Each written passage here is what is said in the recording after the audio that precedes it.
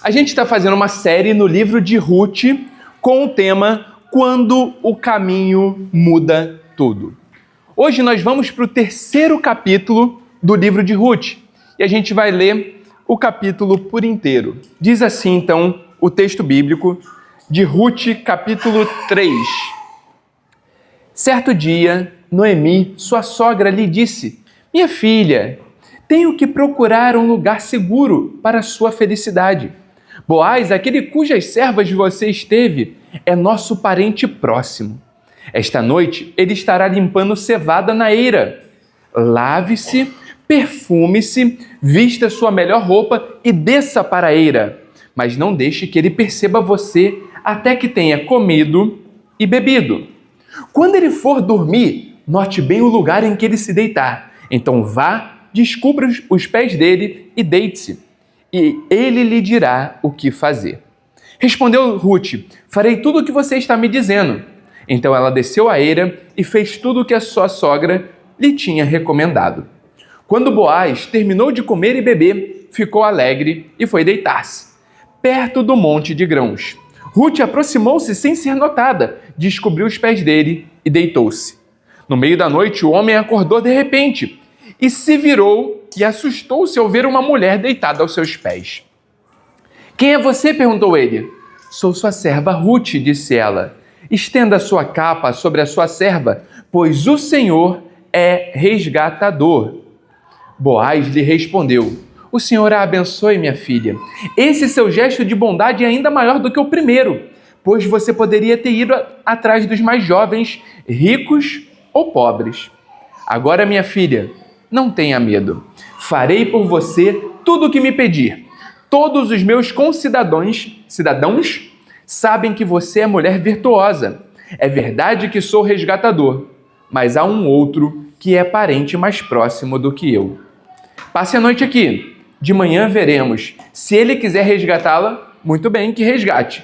Se não quiser, juro pelo nome do Senhor que eu a resgatarei. Deite-se aqui até de manhã." Ela ficou deitada aos pés dele até de manhã, mas levantou-se antes de clarear, a ponto de alguém poder ser reconhecido. Boaz pensou: ninguém deve saber que esta mulher esteve na eira. Por isso, disse: "Traga-me o manto que você está usando e segure." Ela o segurou, e o homem despejou nele 6 medidas de cevada e o pôs sobre os ombros dela. Depois ele voltou para a cidade. Quando Ruth voltou à sua sogra, essa lhe perguntou: "Como foi, minha filha?" Ruth lhe contou tudo o que Boaz lhe tinha feito e acrescentou: "Ele me deu essas 6 medidas de cevada, dizendo: não volte para sua sogra de mãos vazias." Disse então Noemi: "Agora espere, minha filha, até saber o que acontecerá. Sem dúvida, aquele homem não descansará enquanto não resolver esta questão hoje mesmo." Até aí. Vamos orar? Senhor Jesus, nós colocamos as nossas vidas nas Tuas mãos, na confiança, Deus, de que o Senhor tem o controle de tudo. Por isso, Pai, fala ao nosso coração. Ministra com Teu poder, com a Tua graça, com a Tua bondade, com o Teu favor, de modo, Deus, que a gente saia daqui com o coração mais próximo de Ti, mais quebrantado pela Tua presença, revigorado pela Tua vontade. Ministra com Teu poder e Tua graça. Nos ensina, Deus, por meio da Tua palavra. É o que a gente pede em nome de Jesus. Amém. Eu tenho certeza que, assim como eu, vocês já tiveram a sensação do chão estar sumindo sob os pés.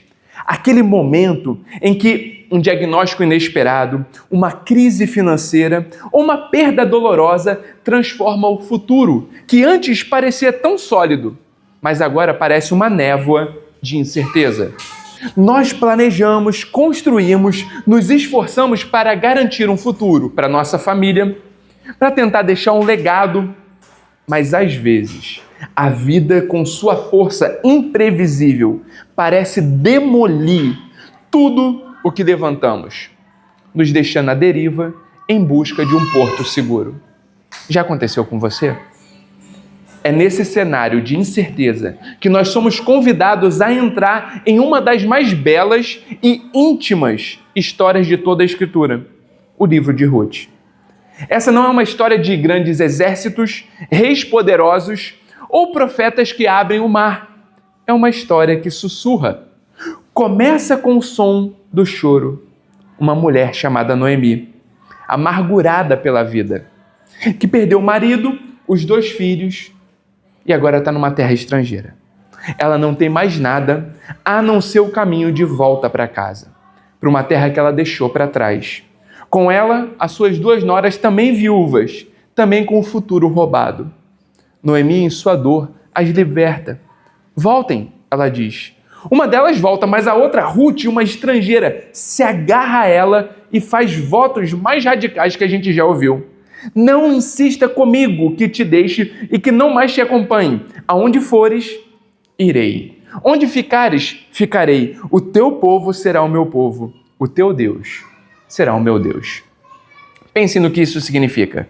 Ruth está trocando o conhecido pelo desconhecido. A segurança do seu povo pela incerteza em ser uma estrangeira viúva numa terra distante. Qual que era a sua garantia? A companhia de uma sogra amargurada, que se sentia abandonada pelo próprio Deus. Do ponto de vista humano, uma decisão sem lógica, um salto no vazio. É aqui que a nossa história realmente começa. Elas chegam a Belém sem nada, aquele famoso uma mão na frente e outra atrás. 2 mulheres sozinhas, invisíveis, com um futuro que era uma página em branco. O que fazer quando a força acaba? Onde encontrar esperança quando o luto e a escassez são seus únicos companheiros? Elas não tinham um plano B. Elas não tinham uma rede de segurança. Elas não tinham nada a não ser umas às outras. E a necessidade desesperada de tentar sobreviver. A jornada de Ruth e Noemi, que parece começar no fundo do poço, é na verdade um poderoso testemunho sobre onde a verdadeira segurança pode ser encontrada. Não é na nossa força, nem nos nossos planos, nem na nossa capacidade de controlar o futuro. Hoje, a gente vai mergulhar no capítulo 3 de Ruth. Vamos descobrir o que é exatamente esse lugar de vulnerabilidade. Nesse momento em que a gente admite as nossas fraquezas e a gente se coloca no cuidado daquele que é maior. Um Deus que revela seu plano de resgate. A história delas nos aponta para uma verdade central e transformadora.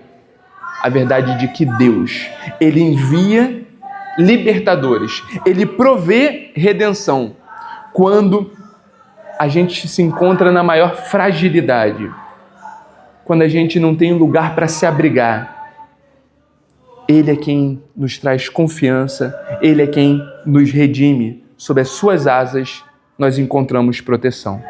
O que a gente vai descobrir, como busca dessa desesperada Ruth, por um punhado de grãos, ela pode se transformar em algo que vai mudar a sua vida para sempre. Tentando trazer isso para nós, o que a gente percebe é que é na nossa fragilidade que Deus derrama da tua graça, que Deus derrama do seu favor. É na nossa fragilidade que Ele transforma aquilo que a gente não consegue nem visualizar em algo que muda o nosso caráter, muda a nossa essência, muda os nossos paradigmas, nos dá uma nova visão de mundo. Então vamos lá. Hoje o tema nosso é o Deus que resgata e restaura. Tentando trazer vocês aqui para dentro dessa mensagem. Você já se sentiu exposto em algum momento da vida? Vulnerável? Talvez hoje você possa olhar e falar assim, não, eu tenho um bom emprego, uma família saudável, um teto sobre a cabeça, mas e no silêncio da noite? Aquela pergunta incômoda que surge, e se? Você de vez em quando se pega assim? E se? E se eu perder o emprego? E se a saúde falhar? E se a economia virar de cabeça para baixo? E se uma doença surgir? E se?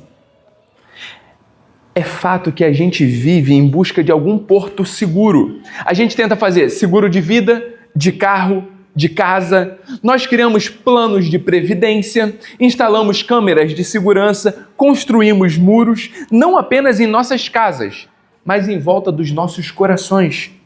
Tudo isso nasce de um desejo profundo e legítimo por segurança, por um futuro garantido. Nós queremos saber que, se o pior acontecer, haverá alguém ou algo para nos resgatar, para nos cobrir. Não é assim que funciona com a gente? A gente busca previsibilidade, a gente busca segurança, a gente busca um chão de concreto para pisar. Afinal de contas, se não todos, a maioria aqui tem filhos. A gente pensa num futuro que traga segurança para os nossos, um futuro que traga estabilidade para os nossos, um futuro promissor, que seja melhor do que aquele que a gente viveu. Noemi e Ruth, no capítulo 3, elas estão exatamente nesse ponto. A colheita nos campos de Boaz garantiu para elas o pão de cada dia, mas não garantiu o pão do amanhã. A provisão era temporária, mas a vulnerabilidade era permanente. Elas não tinham um plano de previdência, um seguro de vida. Elas precisavam de um resgatador. Elas precisavam de um porto seguro. É interessante porque a gente pode até experimentar da provisão pontual de Deus. Mas quando a gente não tem uma segurança, o nosso coração caminha de forma ansiosa. O nosso coração caminha de forma insegura. Lembra lá do povo de Israel no deserto? Eles tinham maná todos os dias. Mas virava e mexia, eles queriam guardar o pão para o dia seguinte. E o pão apodrecia. Eles queriam ter algum tipo de segurança, mas Deus os colocava o tempo todo em vulnerabilidade. Essa mulher, Noemi, e a mulher Ruth, elas estão enfrentando a insegurança da instabilidade do amanhã. Deus está provendo hoje, mas o que será da gente amanhã? E se algo faltar? E se amanhã Boaz acordar do avesso? Vamos pensar que Boaz poderia ser palmeirense, vai? Com todas as possibilidades de conquistar alguma coisa, e aí o tiro sai pela culatra. Enfim, a gente procura uma certa segurança, a gente procura, de algum modo, uma estabilidade. É isso que elas estão procurando. Só que aí Noemi tem um plano brilhante. E é isso que a gente vai começar a falar agora. Eu ainda não vou entrar no plano brilhante de Noemi. Vamos caminhar um pouquinho mais. Diante disso, diante da insegurança do amanhã, existe um abismo, que é o abismo da vulnerabilidade. O grande vilão do capítulo 3 não é uma pessoa, mas é uma condição, o abismo da vulnerabilidade. É a ausência de um futuro. O que esperar do amanhã? O que esperar do dia seguinte? Como que vai ser no ano que vem? Ou como diz uma música do João Alexandre, como será o futuro do nosso país? Fica a resposta na voz e na vez de quem manda. Homens com tanto poder, mas sem nenhum coração. Às vezes, quando a gente coloca a nossa esperança em pessoas, em situações, no Estado ou qualquer outra coisa que seja, a tendência do nosso coração é encontrar amargura, é encontrar ansiedade, porque a gente se vê em vulnerabilidade. Veja o que Noemi diz no capítulo 1, no versículo 1. Minha filha, não devo eu procurar um lar para você, para que você tenha um futuro? A palavra hebraica para lar aqui é manoach, que significa um lugar de descanso, de segurança. Noemi percebe que a bondade de Boaz é um presente, mas não é uma solução permanente. Sem um marido, sem um protetor, sem um nome, Ruth e por extensão a própria Noemi, elas estavam à beira de um abismo social e um abismo econômico. Elas poderiam ser esquecidas, a sua linhagem, a sua família, extintas. O vilão aqui é a sensação de que, apesar de todo o esforço, você está por um fio. É a ansiedade que corrói a alma quando nós percebemos que os nossos planos de segurança, eles são frágeis. É o medo de que o nosso legado, o nosso casamento, a nossa família, não tenha um protetor real. contra as tempestades da vida. É a percepção de que a provisão de hoje não garante a redenção de amanhã. Eles tinham favor, mas eles não tinham futuro selado. Você já se sentiu assim? Quando você olha para a sua vida, você consegue encontrar nela estabilidade? Você consegue encontrar nela segurança? É interessante porque por mais que você tente se cercar de muros, por mais que você tente se cercar de opções, plano A, plano B, plano C, parece que toda essa segurança, ela é ilusória. Parece que toda essa segurança é fumaça. Tem uma fala que eu já repeti ela aqui inúmeras vezes, do Rubem Alves, mas eu acho essa fala muito interessante. Ao ser questionado sobre o patamar que ele alcançou, ele diz assim para o seu interlocutor: eu cheguei aonde eu cheguei, porque todos os meus planos deram errado. Parece que a vida tem dessas. A gente sonha com algo, a gente projeta algo e de repente a vida nos leva por caminhos diferentes. Ou você pensou milimetricamente a vida que você planejou, ou você está vivendo exatamente os sonhos que você tinha na sua infância e adolescência. A vida é vulnerável. A gente precisa perceber isso.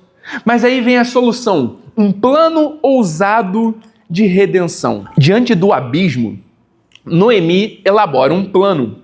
Um plano arriscado, ousado, que poderia dar muito certo ou poderia dar muito errado.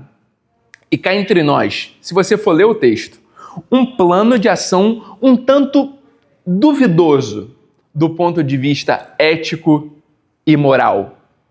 Imagina que o Mário Sérgio Cortella falando isso, né? Naquele jeitão dele. Será que o plano dela foi ético? Será que o plano dela foi moral? Porque lê aqui o texto comigo, lá no versículo 4 diz assim, ó, Noemi dando uma sugestão para sua nora. Quando ele for dormir, note bem o lugar que ele se deitar. Então vá, descubra os pés dele e deite-se. Ele lhe dirá o que fazer. Ou seja, se coloca à mercê desse homem e deixa ele conduzir dali para frente. Queria tirar você um pouco dessa cena agora e te trazer para uma cena mais atual. Uma cena que faz mais parte do nosso cotidiano. Imagine um CEO preparando uma fusão corporativa de altíssimo risco. Cada detalhe precisa ser calculado. Ou pensa também, agora a gente está vendo inúmeras guerras, né, por aí. Um general planejando uma operação noturna em território inimigo. Um passo em falso, tudo está perdido. É mais ou menos isso que é o plano de Noemi. Porque se Boaz olha e interpreta de algum modo errado o plano de Ruth, o que Ruth está fazendo, aquilo poderia colocá-la em maus lençóis. Mas também poderia dar muito certo. Às vezes a gente precisa dar alguns passos ousados. Às vezes a gente precisa sair da nossa zona de conforto. E o mais interessante é que Deus, na sua soberania, Ele conduz a história não quando a gente está parado, mas quando a gente está confiante em movimento. Quando a gente está parado, numa inércia, parece que Deus também não se move. Mas quando a gente se move com um coração confiante naquilo que Deus vai fazer, buscando os seus princípios, seus valores, buscando fazer a sua vontade, Ele vai abrindo caminhos, Ele vai conduzindo. E os acasos da vida, como a gente falou na semana retrasada, parece ser os acasos provenientes do próprio Deus para a nossa mente e para o nosso coração. Noemi instrui Ruth a ir à eira, o lugar onde os grãos eram processados, mas instrui a ir à noite, um lugar que era público de dia, mas privado e vulnerável à noite. Ruth deveria esperar Boaz dormir e então descobrir seus pés e se deitar ali. Isso não era um ato de sedução, como a nossa cultura poderia interpretar. Era um ato simbólico, antigo e poderoso. Era um pedido formal e humilde de proteção e de redenção. Mas o clímax aqui está na ação e nas palavras de Ruth, lá no versículo 9. Ela não segue o plano da sua sogra ao pé da letra. Antes, ela usa de integridade e humildade para com Boaz. Quando Boaz acorda, surpreso, e pergunta quem ela é, sua resposta é o coração do evangelho em miniatura. Ela vai dizer assim: sou Ruth, tua serva, estende a tua capa sobre mim, pois tu és um parente resgatador. É interessante porque essa é a humildade que a gente precisa ter com o nosso Cristo. Nós somos a Ruth vulnerável. Nós somos a Ruth que necessita da cobertura, que necessita do favor, que necessita do resgate, que necessita da restauração. Porque nós, na nossa própria força, nós mendigamos. Nós, na nossa própria força, nós estamos sujeitos às intempéries da vida. Nós, nas nossas próprias forças, iremos sucumbir. Por isso a gente precisa que a capa do resgatador venha sobre nós, que Ele nos acolha na nossa vulnerabilidade, que Ele nos resgate em meio à nossa dor. O estender a capa aqui é uma expressão que significa tome-me sob sua proteção, case-se comigo. Ela não está oferecendo o seu corpo, ela está pedindo abrigo de seu nome, de sua proteção legal.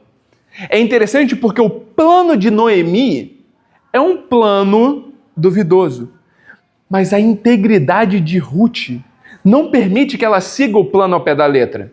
Ela não chega e fala assim: só aqui Ruth, sua serva, faz o que quiser comigo. Ela chega e fala assim: sou Ruth, sua serva, casa-se comigo, me resgata, porque você é o meu resgatador. Porque você é aquele que legalmente pode exercer autoridade sobre mim. Eu venho aqui em humildade pedir a sua benevolência. Ela não chega e fala assim: usa o meu corpo e faz o que você quiser de mim. Eu já estou nessa situação mesmo, pior que tá, não fica. Ela não faz isso, ela não segue o plano de Noemi. Ela segue um plano muito mais íntegro, muito mais humilde. E é engraçado porque a Noemi cristã, a Noemi, povo de Deus, tenta fazer um caminho tortuoso. A Ruth, que é estrangeira, que é pagã, ela vem com integridade e ela toma atitudes muito mais humildes e muito mais éticas do que sua própria sogra. A palavra ali, parente, resgatador, é a palavra goel.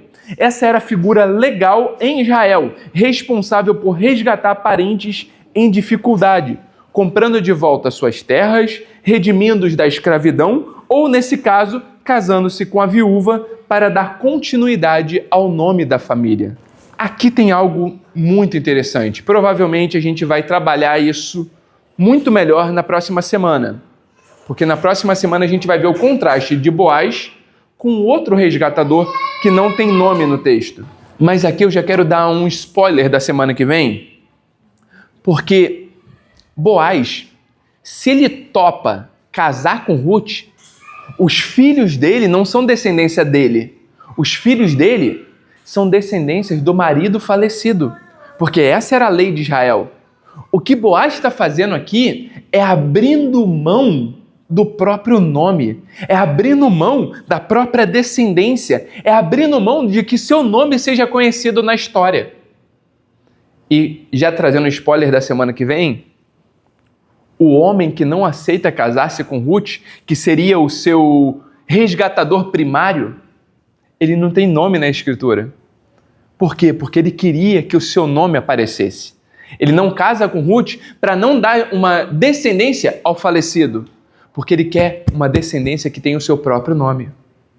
Boaz não está nem aí para isso. Ele abre mão de ter o seu nome reconhecido na história para poder favorecer uma viúva, em vulnerabilidade. Pensando aqui, não sei se eu vou dar um passo muito largo. Se eu der esse passo e for muito largo, aí você coloca na conta do amor.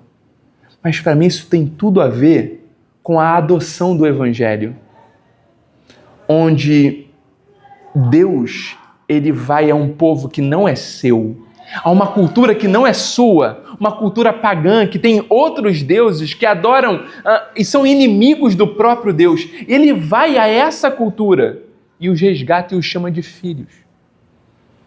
Como que é bela essa questão da adoção? Porque a adoção é: eu amo como filho aquele que não é meu sangue. Eu me dou como se eu fosse por aquele que não tem e não partilha do sangue que é meu. Essa é a beleza do Evangelho. É o Deus que resgata, o Deus que ama aquele que não é seu povo. O que Boaz está fazendo é uma tipificação daquilo que Cristo faria na cruz por cada um de nós. A solução desse plano não está na força de Ruth, mas em sua vulnerabilidade confiante. Ela se coloca aos pés do seu Redentor e simplesmente pede para ser coberta. E como Boaz reage? Ele a abençoa. Ele vê seu ato não como vergonhoso, mas como um ato de recede. Lembra que eu falei que essa palavra vai aparecer todas as vezes? Porque recede é esse pacto leal. Ele olha para a ação de Ruth e ele fala assim: essa ação que você faz, ela é muito mais bela do que a primeira. A primeira ação é: você sai do seu povo por amor à sua sogra. Você cuida de alguém que é inútil para você. E aqui eu lembro de um vídeo muito antigo do padre Fábio de Mello. Nem sei se dá para encontrar esse vídeo ainda, mas uma vez eu escutei ele falar que o amor é inútil. Não sei se vocês já viram esse vídeo. Ele fala assim que o amor é aquele que cuida quando a pessoa não pode dar nada em troca. E se eu não me engano, ele vai falar de um tio dele que já estava de cama e não podia oferecer mais nada e ainda assim era cuidado por alguém. E já é muito antigo esse vídeo. Eu lembrei dele agora, então não vou falar com riqueza de detalhe não. Mas esse é o amor inútil que Ruth está oferecendo a Noemi. Ela não tem nada para dar em troca, mas ela simplesmente ama e se entrega. E agora Boaz está dizendo: a sua segunda atitude é ainda muito mais valorosa, porque você se coloca numa situação que você pode ser apedrejada, você pode ser vista como uma prostituta, você pode ser vista como uma mulher de má índole. Mas aí ele fala algo fantástico: a comunidade conhece a sua reputação, sabe que você é uma mulher virtuosa. E eu vejo isso com tão bons olhos que eu me sinto honrado de você me escolher, já um Senhor, para cuidar, para te proteger, para te trazer como minha. Isso aqui podia ser um baita filme de Hollywood, né? Muito melhor do que os outros que aparecem por aí.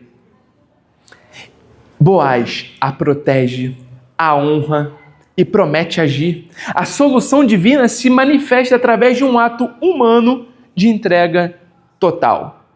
E agora, para a gente caminhar para o final, qual que é a moral dessa história? Quais são as aplicações dessa história para a nossa vida? Eu entendo aqui nesse texto que a redenção exige uma rendição confiante. A redenção é um ato soberano de iniciativa total do próprio Deus. Ele nos chamou, Ele nos escolheu primeiro, mas quando Ele age na nossa vida, o resultado é uma rendição, é uma entrega, é o prostrar-se diante dele. Qual que é a grande lição desse texto para nós, 2025 santos?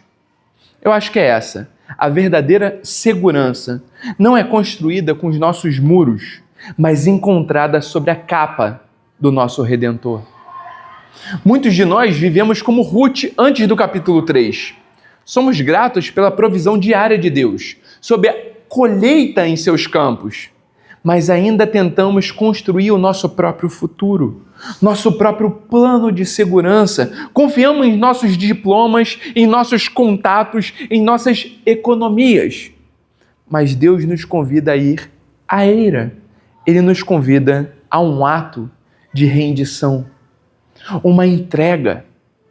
Isso não quer dizer que eu tenho que abrir mão de tudo que eu construí, que eu tenho que abrir mão de quem eu sou, das coisas que eu possuo, mas que sim, eu preciso entregar todas essas coisas a Ele e falar: Senhor, faz a tua vontade, não a minha. Se o Senhor quiser tirar tudo, que o Senhor tire. Se o Senhor quiser dar, glória ao teu nome. É falar como Paulo falou: eu considero tudo como esterco diante da cruz. Ou seja, diante daquilo que Deus tem para mim. Eu olho para os meus diplomas, eu olho para a minha economia, eu olho para aquilo que eu construí e nada se compara. A glória é muito maior, a graça é muito maior, o favor é muito maior. Então, diante disso, quem sou eu? O que eu construí? É como o texto que Jesus conta, da parábola da pérola de grande valor. Quando eu encontro o Evangelho, tudo perante o Evangelho é fútil. Tudo diante do Evangelho é como nada. O Tim Keller, no seu livro A Cruz do Rei, destaca que Boaz é uma prefiguração de um resgatador muito maior. Boaz era um parente resgatador bom e honrado. Jesus é o parente resgatador perfeito. Quando a gente olha para a cruz, quando a gente olha para Cristo, a gente vê nele aquilo que nós deveríamos ser, aquele que nós deveríamos imitar na sua integralidade. Porque para eu poder comparecer perante Deus, existem dois modos. Ou eu ser perfeito e íntegro a minha vida inteira, sem cometer uma única falha. Quem de nós conseguiu? Nenhum. A Bíblia fala que todos pecaram e estão destituídos da glória de Deus. Em Adão, a humanidade se tornou exilada. Em Adão, nós não conseguimos pelas nossas boas obras. Há quem acredite que através de boas obras a gente consiga evoluir, a gente consiga crescer, a gente consiga conquistar a eternidade. Mas diante de um Deus santo, qualquer sombra de imoralidade cria um abismo entre Deus e nós. Mas aquele que foi perfeito em toda a sua essência, em todas as suas atitudes, em todos os seus pensamentos, em cada respirada que ele deu, esse ser, Cristo, ele chega na cruz e diz: está consumado. Eu sou o resgatador perfeito. Eu cumpri tudo o que era necessário para resgatar a Ruth, a minha igreja, o meu povo.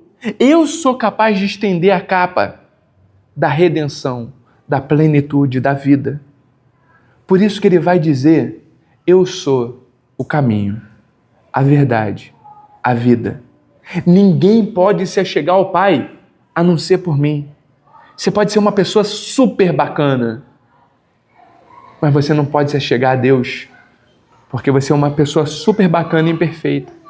Mas em Cristo, Ele é a ponte que nos leva até a Deus. Nós estávamos em dívida por causa do pecado, e Ele nos comprou de volta, não com prata, não com ouro, mas com sangue. Nós éramos vulneráveis, e Ele nos oferece cobertura da sua justiça. Nós não tínhamos futuro, e Ele nos deu um nome e um lugar em sua família. Ele fez isso para sempre. Igreja não é um clube religioso que a gente vai aos domingos para ter insights para a vida. Igreja não é um local de pessoas elevadas que estão buscando crescimento para na sua próxima reencarnação ser pessoas mais evoluídas e com uma mente mais destacada das demais. Igreja é uma comunidade de pessoas imperfeitas que foram alcançadas por um Deus perfeito. E agora, diante desse Deus perfeito, nós nos tornamos família. Família com um laço maior do que o sangue. Família com um laço espiritual, onde o que nos une é o Evangelho. O que nos une não é o nosso sangue, mas o sangue do perfeito Filho de Deus. Se nós nos tornamos irmãos, não é por nosso mérito, mas é porque o nosso primogênito resolveu se entregar por nós. A pergunta para você hoje é: você já foi à ira? Você já foi a um lugar de vulnerabilidade, de exposição, de entrega? Você já se colocou nu perante o seu Deus e falou: eu não tenho o que te oferecer? É interessante porque a graça é aquilo que é de mais belo e aquilo que é de mais desesperador na história. Pensa comigo, quem dera nós pudéssemos fazer boas obras para ir para o céu, porque estaria no nosso poder, nós teríamos poder de barganha, nós poderíamos fazer como alguns pastores da televisão fazem aí: se eu tenho autoridade no céu, eu coloco o anjo aqui, coloco o anjo acolá, faço isso e faço aquilo. Mas quando eu chego diante de Deus, eu não tenho com o que barganhar. Eu olho para o bolso, ele está vazio. Eu olho para o bolso e eu não encontro algo que eu possa oferecer em troca da minha redenção, em troca da minha alma. Quando eu olho para Deus, eu estou totalmente à mercê dele. O que eu posso fazer é: estende a capa. Porque se o Senhor não estender a capa, tem devoradores aqui fora, prontos para acabar com a minha vida. Se o Senhor não vier ao meu alcance, ai de mim.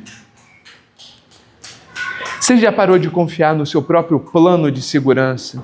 Você já parou de confiar no seu próprio plano de segurança e, num ato de vulnerabilidade confiante, se deitou aos pés de Jesus e disse: Senhor, sou seu servo, estou vulnerável, estou ansioso, estou com medo.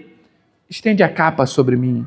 Cobre meu casamento, cobre as minhas finanças, cobre o meu futuro. Seja meu resgatador. A redenção que Deus oferece em Cristo não é um prêmio para os fortes, mas um presente para aqueles que admitem sua fraqueza e se colocam inteiramente debaixo do seu cuidado. É deixar de lado o nosso orgulho e os nossos planos B, C, D e confiar que o abrigo se encontra sob a capa de Cristo e é o único porto verdadeiramente seguro. Você consegue perceber isso na sua vida? Então quero te convidar a orar e a se entregar diante desse Deus, a colocar a sua total confiança nele e a dizer: Senhor, estende a capa sobre mim. Vamos orar? Deus, todos nós temos sonhos, todos nós temos planos, todos nós criamos expectativas a respeito da vida, a respeito das finanças, do casamento. Todos nós construímos projetos, sonhos. Mas, Pai, quando as luzes se apagam, quando a gente coloca a cabeça no travesseiro, ou quando a gente liga a água do chuveiro, quando a gente se encontra só, a gente só tem o Senhor. Os nossos planos são apenas folha que qualquer vento pode levar. Por isso, Deus, antes de mais nada, nos ensina a confiar no Senhor e não na nossa força. Nos ensina a depositar diante do Senhor as nossas expectativas e não a confiar nas nossas engenhosidades ou nas pessoas que podem nos alcançar de algum modo, nos servir de algum modo. Pai, que a gente encontre redenção, cuidado, esperança, vida em Ti. Essa é a nossa oração em nome de Jesus. Amém.